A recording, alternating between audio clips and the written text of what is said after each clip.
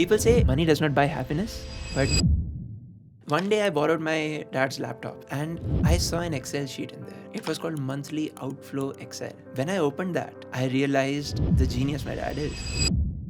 Then I saw one of the advertisements by Sharan. After 1 hour or 1.5 hours of education, he started doing the sales pitch of enrolling members. Okay. I don't know if I should say this, but at that time, it had all the red flags of a scam. When I moved from a tier 1 city to Bhubaneswar, I realized that you can buy things for 2 digits as well. Whereas when I went back to Delhi, I realized that you cannot spend a day without spending at least 1,000 rupees a day. What was your fire number then? My fire number is 23 crores. What is that confidence that you gain that I see right now, and how did it come through the 1% Club? So the first thing that I did when I got all the financial literacy and completed all the courses was, since I'm so close to my coast fire number, now my target has shifted to fat fire. I can achieve coast fire, which is 1 crore rupees, by the age of 27, 28.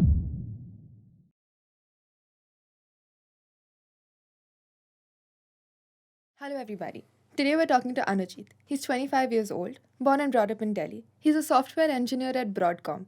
And what we're going to be talking about is the financial importance of money and how to secure your net worth. Hi Anujeet, it's really nice to have you. Thank you for coming. Nice to have you here as well. How much do you make? How much do I make? Yes. My static pay is 30 lakhs. That's my salary. And an annum in the year. Okay, just to be clear. Just to be clear. Got it. And not in the 1% yet. But my company provides me generously with stocks. Okay. So my RSU component can vary between 50 lakhs to 80 lakhs an annum. What do you do? Where So is it that I'm you a work? senior software engineer in Broadcom, and I mainly work with data analytics and data engineering. Talk to me about how this whole financial change in your life drew Yeah. you towards the 1% Club, and Yeah. it gave you that kind of clarity that you needed to be where Yeah. you are today. One thing is that even in such a family where finances were not very easy to do, while my parents were masters of doing it in their own way, speaking about money or talking about money was considered a taboo, right? Rightly You said. you don't ask a senior person in the house or the breadwinner in the house, how much do you make?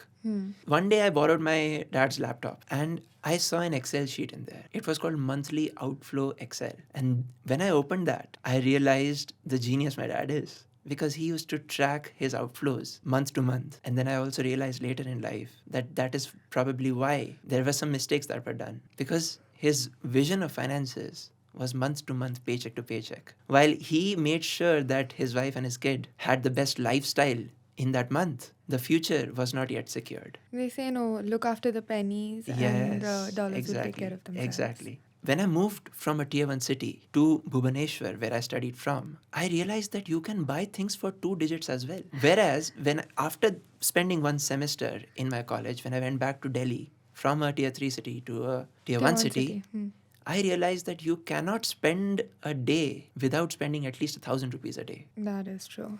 I feel like even Bangalore Yeah. now has started to slowly catch up to that. Oh, absolutely, absolutely. That opened my eyes, and then I realized that I have to do something radical to make my dad's sacrifices worth it. Otherwise, I also will be stuck in this loop of staying paycheck to paycheck and having no savings or security in life. Almost everybody in our prior generation were conned by insurance advisors to go into bad insurance plans, endowment plans, which at the time I did not have any idea. But I thought that insurance is the insurance hai, ho jayega sab sahi. But I had no idea that the massive premiums that we were giving, which were not worth it, and the opportunity cost that we were losing, which was not worth it. And it was all the 1% Club that made me realize it. Talk to me about how you discovered the 1% Club. How I discovered the 1% Club.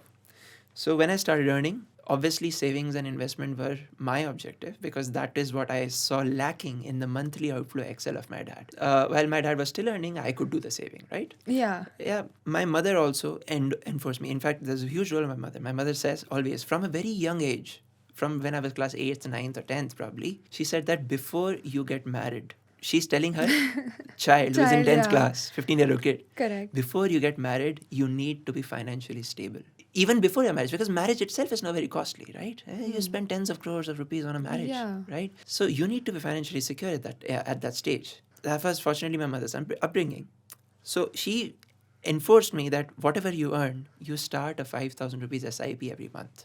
Okay. And I started with a 40,000 rupees salary job per month. I invested 5,000 out of that every month. So how do I invest that? I have no idea about finances. My parents are commerce graduates, but they don't talk about money. So I called the bank. They appointed a wealth manager to me. That was probably the biggest mistake. Okay. Because what I've learned over time is bank is also a private organization and they work for your own, for their own profits. Correct. Yeah, Correct. they have to They mint have it to work out for their from own somewhere. profits. Yeah. So it seems that they're recommending you for your growth, but But it it's is actually their growth, their return on investment. their return on investment, right? They got me invested into 14 different mutual funds, all regular plans, which are charging high commissions 14. across 2 different platforms of the bank's demat account. But I had to look at 14 different mutual funds, and some of them are performing, most of them are not performing. And I was like, what is happening? Then I saw one of the advertisements by Sharon, Finance with Sharon, got the advert to the masterclass. It was a very good masterclass, amazing insights shared by Sharon. But then after 1 hour or 1.5 hours of education, he started doing the sales pitch of enrolling members. Okay. And I don't know if I should say this, but at that time, it had all the red flags of a scam. Okay. And stay with me. I'm here with I'm you. waiting for the drop. Huh. I'm here with you in front of you for endorsing 1% Club. At that time, it had all the red flags of a scam. Did a masterclass for 1.5 hours, pitched his own course for half an hour, asking for money, added a timer and a discount. Right? It had all the red flags of a Yeah, scam. it And was me too being a good to tech be guy, I am always looking for these red flags and yeah, everything. exactly, right? But then Sharon said something. He said that okay, that if you don't like the course, there's a 7-day money back guarantee. Ah. I was like, okay, I like one of his tools in this course. Yeah. There's an Excel sheet that I want. It's a proprietary tool, right? So what I'll do is I'll enroll in the course. I'll download those tools, grab as much course material as possible, and I'll get back my money back guarantee. That was my plan, right? Crazy. That was Yeah. my plan. Uh-huh. 2 days into the course, I calculated that if I had continued with my current investment journey and current affiliation with my bank, then I would have lost tens of crores throughout my lifetime. And that membership fees that I paid for my 1% Club was pennies in front of that. And I stuck around. And today I am here in front of you. Tell me about how, after joining the 1% Club, there was a shift in clarity of your mindset when it came to your finances. What is that confidence that you gain that I see right now, and how did it come through the 1% Club? So, the first thing that I did when I got all the financial literacy and completed all the courses was sell all those 14 different mutual funds, closed my demat account in my bank. Okay. I had to do a lot of stuff. I had to threaten them with RBI complaints and all of that. But finally that happened, and I moved all my assets into logical investments. 14 different mutual funds got sold and put into the correct 4 mutual fund investments. Okay. And I started building a stock portfolio of my own. Why? Because 1% Club gave me this idea of goal-based investment, and that makes things very clear. Now, if you say that, okay, my fat fire number is like 50 crores, example, right? And your normal fire number is 30 crores, example. But that's a very big number to achieve. You have so many milestones in your life in the middle, and you have so many uncertainties in your life in the middle. So how do you save your net worth from going down to zero? Insurance was never a concept in my family. Whatever was there was my dad's corporate insurance, which was hardly any coverage. So my first goal was sell your bad investments, put them in the correct places, and get yourself insured. Once everything, both my parents, me, had all health insurance coverage, and I had a life insurance coverage, all from 1% Club's insurance advisory. I remember that day when my final insurance got cleared off and I got the policy document. I was like, now there is significantly less stress in life. And now I can focus more on other stuff like my own career development, on generating more sources of income, on finding out alternative, because we are in Bangalore, finding out startup It's ideas. the hub, basically. Yeah, This is where I'm not everybody worried does about that. retirement. I'm not worried of unfortunate, unforeseen situations because I know I'm covered. And fortunately, a couple of other coincidences happened. My company got acquired, I got a lot of stocks, and I'm now close to my fire number, which means now I know that money is not going to be as big a factor for me as it was for my parents. Yeah. And with my dad retiring next year and their responsibility is coming on my shoulders, it doesn't feel like a responsibility anymore. Yeah. Because it feels a part of life. It's not a matter of stress anymore because everything is planned or everything is envisioned. You say either it's in the mind or it's in an Excel sheet. Everything is planned. All situations are taken care of. That is what 1% Club has brought into my life. That you get that perspective that there are other things that matter than money. Yeah. Once money has been taken care of. Yeah. How to make it a part of your life and not your entire life. Exactly. What was discovering that whole idea of your fire a mountain? Did you even ever think of that? Okay, you kind of had an idea that I know that I need to earn for the future. I know that future is where even my mom, everybody thinks about the future because that's something you need to secure. Yeah. But when it really got down to the basics of it, to the numbers, where Yeah. you had a 40,000 salary, Yeah. you had to make do. What was your fire number then? Has it changed now? Plus, when you discovered it, did you think it was something you can achieve?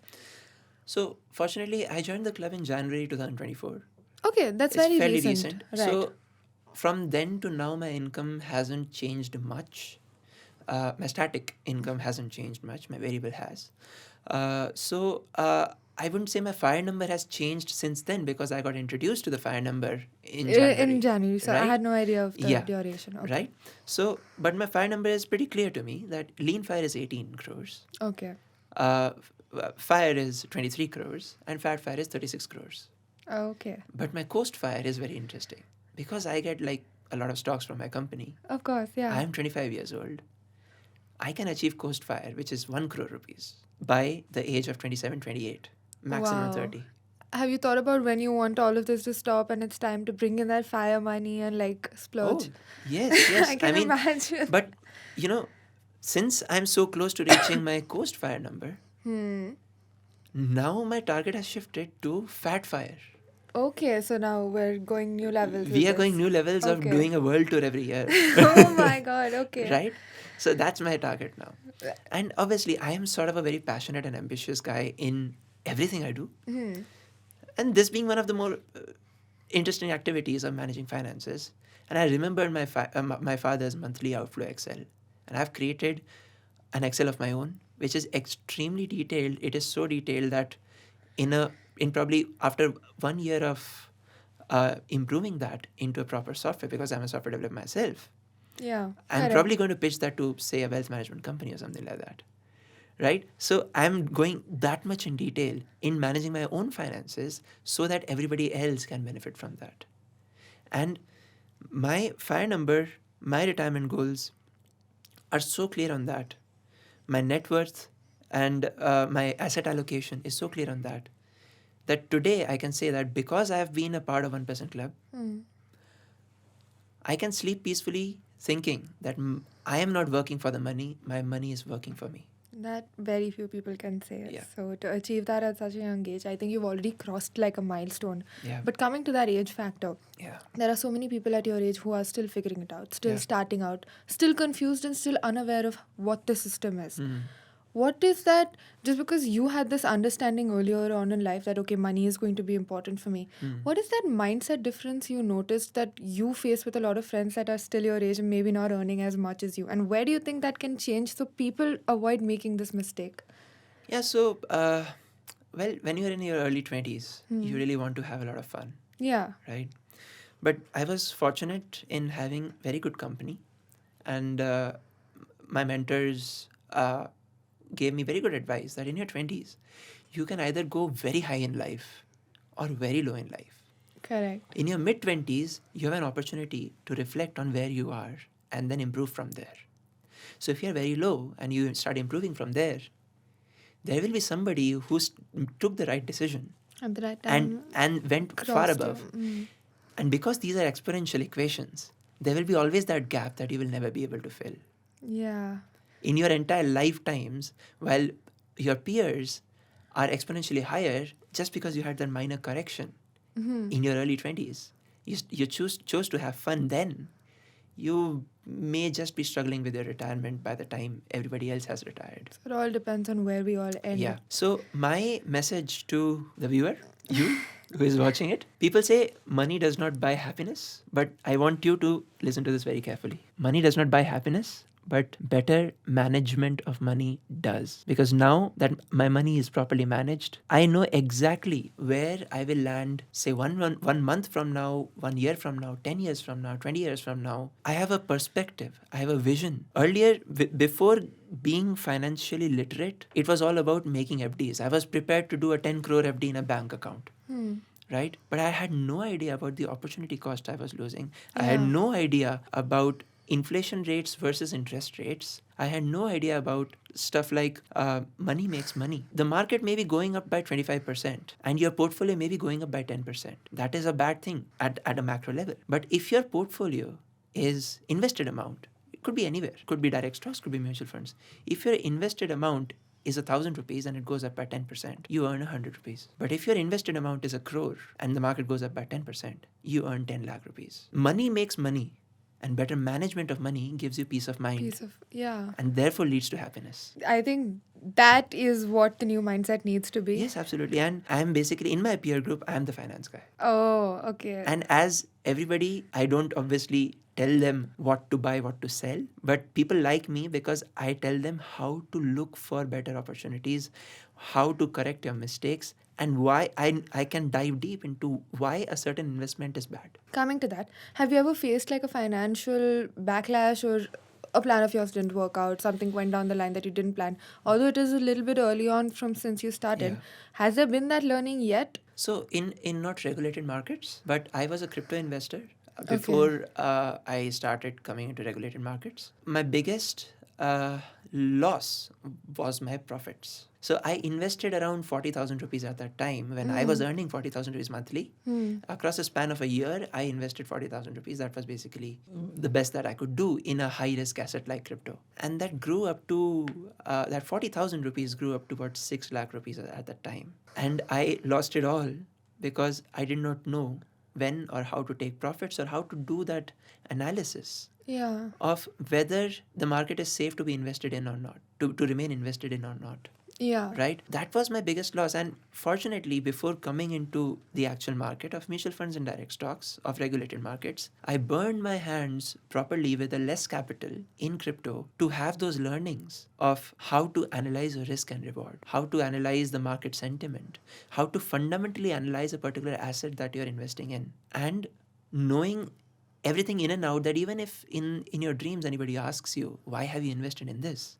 You need to have that conviction. You need to have the exact information that I have invested in this because of these growth triggers that it has. It should not be that because my friend has invested in it, that's why I have invested in it. It's so dangerous how these days people do not prioritize this kind of information being out there to everybody, accessibility wise. I know so many people who don't even know that stocks can be like a deal where you start to invest, or these things can be done.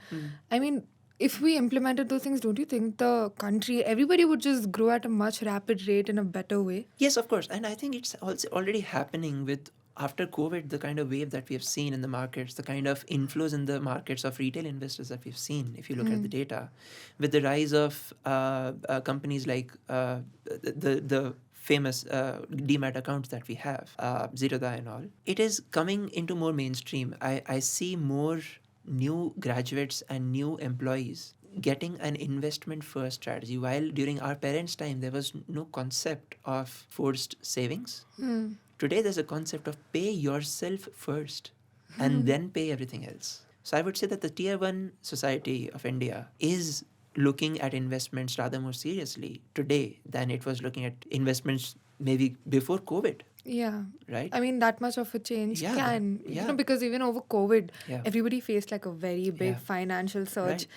Nobody could process and understand how the next 2-3 years, God knows how many years we're going to have to go without it. What's your return on investment like with the 1% club? So as I said, I thought that my membership fees I would get back in 7 days. But then I realized that all those regular plans, mutual funds, all those high commission plans, I think if I calculated correctly, my foreseen SIP amounts and the commissions that I calculated were going upwards of 10 crores. The clarity that I got out of this conversation, honestly, not a lot of people talk about it because not a lot of people are exposed to it at such a good age. Not a lot of people have that kind of age factor, money factor, and to be able to plan life factor. It's always one of the latter, right? Yeah. So I'm actually really thankful that you Yeah. came in and you told me all of this, because not only to me, this helps like a lot of people understand that it doesn't matter where you start from, it just matters how you finish. Yeah. And that's what I'm going to be taking back from this Yeah, conversation absolutely. today. And there's one thing that I want to say to everybody,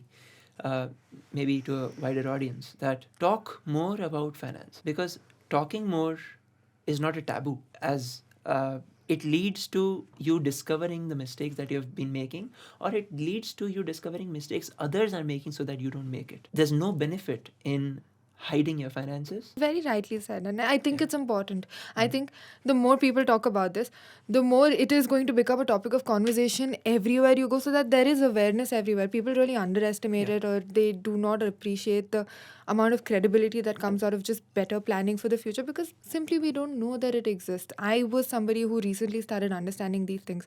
I just hit 22 years ago. For me, to be understanding that, oh my god, this is what life is outside school. What was I learning back there? And I feel like that is the simple reason why the more people talk about it, the more people invest their time, money, and everything into their future. Yeah, I think we've got like good days ahead of us if we really want them. But thank you so much. Thank you. And this was really insightful, and I really look forward to this more. Thank you. Thank you. Same here.